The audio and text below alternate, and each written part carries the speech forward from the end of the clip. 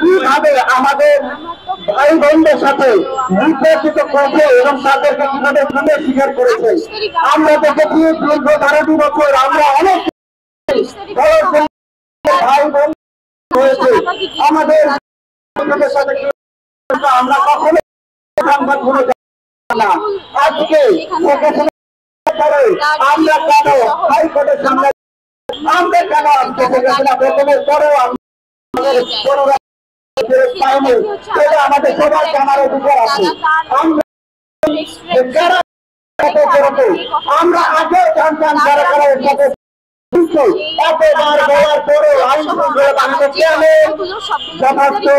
পদক্ষেপ নেওয়া হয়নি। আমরা আগে জানতাম যে শেখ হাসিনা সরকার ছিল, কিন্তু এখন থেকে রেজিমের পরিবর্তন হয়েছে। এখন তো শেখ হাসিনা আর ক্ষমতায় নেই। এখন মানুষের ক্ষমতা থাকার পরে কেন আমরা আমাদের পরিবারের স্বজনদের ফেরত পাচ্ছি না? আমরা দেখেছি আয়না ঘরের অবস্থা, আমরা দেখেছি আয়না ঘরে কিভাবে প্রত্যেকটি মানুষ তারা তাদের জীবনগুলি লিপিবদ্ধ করত, তারা তাদের কিভাবে আয়না ঘরে তারা লক্ষ্যগুলো তারা দেখা গেছেন। কিন্তু এত এভিডেন্স থাকার পরে 5 তারিখের পরে আমরা যখন আয়না ঘর দেখতে পেলাম, আমরা পেলাম আয়না ঘরকে ভাঙা ফেলে ফেলা হয়েছে। কিভাবে 5 তারিখের পর আয়না ঘর ভেঙে হয়? 5 তারিখের পর ক্ষমতা ছিল না। তাহলে এই যে আয়না ঘর 5 তারিখের পরে ধ্বংস করা হলো, আলামত নষ্ট করার চেষ্টা করা হলো, এই আলামতকে নষ্ট করার চেষ্টা করছে তাদেরকে আমাদের সবাই আমাদেরকে জানাতে হবে যে কারা এই পদক্ষেপগুলো করেছে এবং কারা এই আয়না ঘরে পরিচালনা করেছে এবং কারা আমাদের ভাই বোনকে দিনের পর দিন আয়না ঘরে বন্দী করে রাখা হয়েছে।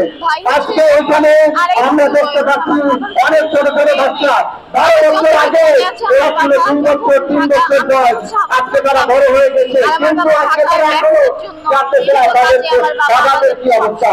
আমাদের প্রত্যেকের পরিবারের বাবা মার সাথে আমাদের খুবই ইচ্ছা থাকে তাদের সাথে আমাদের বার্ধক্য জীবন পালন করার, তাদের সাথে আমরা স্কুলে যাবো, তাদের সাথে আমাদের পরিবার বড় হবে, তারা আমাদের প্রত্যেকের পরিবারের আশায় থাকে যে বাবা মা ভাই বোন সবাই একসাথে আনন্দে জীবনযাপন করবেন।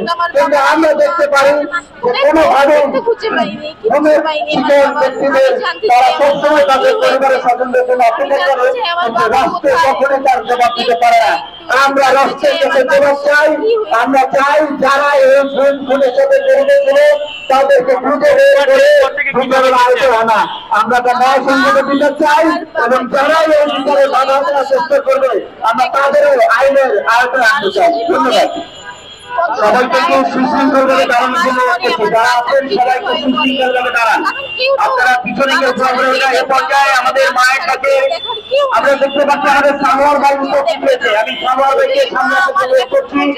আমাদের সানোয়ার ভাই উপস্থিত হয়েছে, আমাদের শাহিন ভাই আমাকে আমার ভাইকে মানুষ করে আমাদের শ্যামল ভাইকে আমি সামনে আসতে করছি।